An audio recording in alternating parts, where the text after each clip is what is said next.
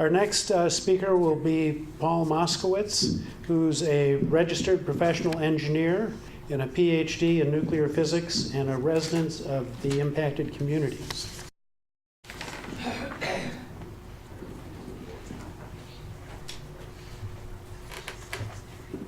Thank you. In fact, I live only a half dozen miles or so from here in the town of Yorktown. So Yorktown is impacted in two ways. First, we have Indian Point just to the west of us. And we also have the pipeline, which will traverse the whole town, the northern part of the town, east from west to east, east to west, either way. And there is another problem which is rarely mentioned, which I have been mentioning for the last 2 years at public hearings. It's a problem that the Spectra people and that FERC have refused to recognize. In fact, they have lied about it. The gas which is carried within the pipeline is fracked gas. It contains within it radioactive radon gas. This is the same radon that if you have too much of it in your basement, the EPA tells you have to put in ventilation because it's a cancer-causing agent.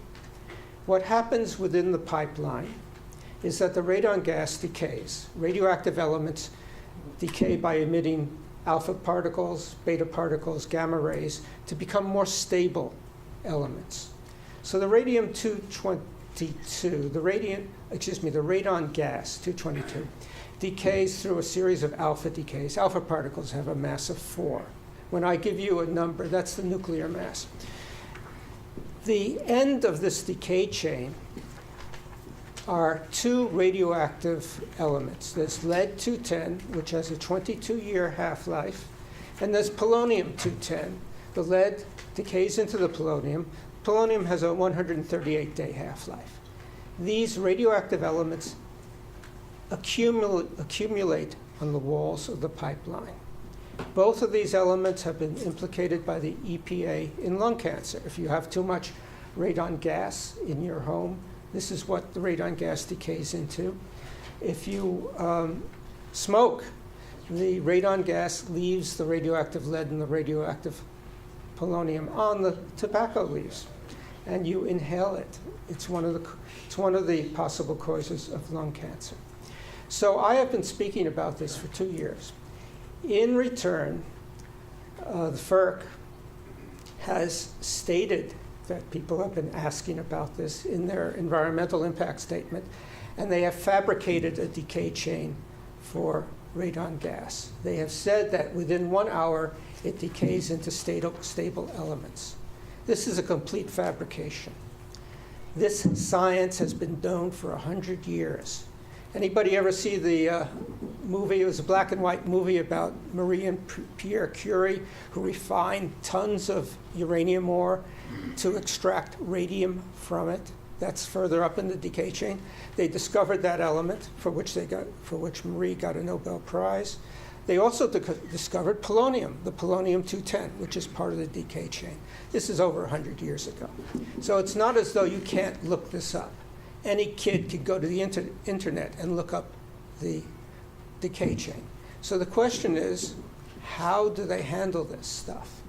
Whenever they clean out the pipeline, which we've learned is every 6 months, the radioactive particles come out with whatever oxides or accumulated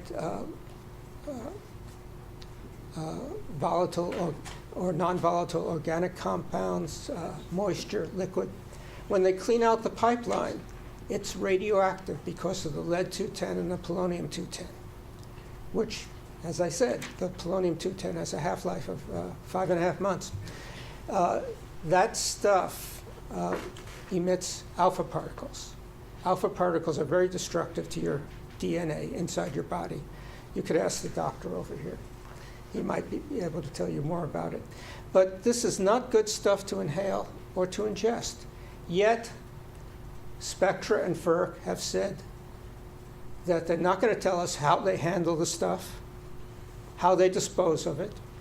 Not only that, they deny its very existence. Not its existence in their pipeline, which is going to happen, but its very existence as a physical event. They have lied about the decay chain. This really gets me mad as a scientist. It's like somebody telling me that the Red Sox won the 1986 World Series. I watched Game 6. I saw the ball go into Bill Buckner's legs. I know the Mets won the World Series. It's the same thing. You look up the decay chain for starting with uranium or radium, higher, heavier elements, all the way down through lead-210 and polonium-210. They exist. They are a problem. I have continued to tell this to anyone who's willing to take my testimony, including the FERC and the DEC, and they are all complicit in what I would have to call a cover-up of something which is a constant danger to anybody who lives near the pipeline. This stuff can be released from accidental or deliberate blowdowns into the air, and it is certainly released when the pipeline is cleaned out in their pigging operations. Just as an added point, two added points. One is DEC is going to have another hearing on permits. This is going to be for the next segment of the pipeline. It's going to be tomorrow. Today's Tuesday, right? Tomorrow, Wednesday, at 6 p.m. in the town of Yorktown at the YCCC on Commerce Street. It's an old brick red schoolhouse. So they're going to have another hearing, and I will restate my objections. I'd also like to point out to you, also in my resume, which I don't make a big deal of it, I was at one time on New York City's Citizen Advisory Committee for the Croton Watershed. The Croton Reservoir is only a few miles from Indian Point. I think it's about 5 or 6 miles. The Kensico Reservoir is only 14 miles from Indian Point. They're both downwind, east of Indian Point. If there's an accident at Indian Point and there's radioactive material released, it's going to go into those reservoirs. New York City will face a decision. Will they tell people to stop drinking water? Will they evacuate the whole city? These are the two terminal reservoirs for New York City's water, for the Catskill system and for the Croton system. So will they tell people to stop drinking water, or will they do what they did in Tokyo when radioactive iodine was discovered in their water? Will they just tell people it's okay and pray for the best? So there are many, many implications, even more than what was presented. It's not just evacuation, it's long-term. The radioactive fission products, which can get in the water supply, have much longer half-lives. So this is another source, another problem, if there's an accident at Indian Point. Thank you.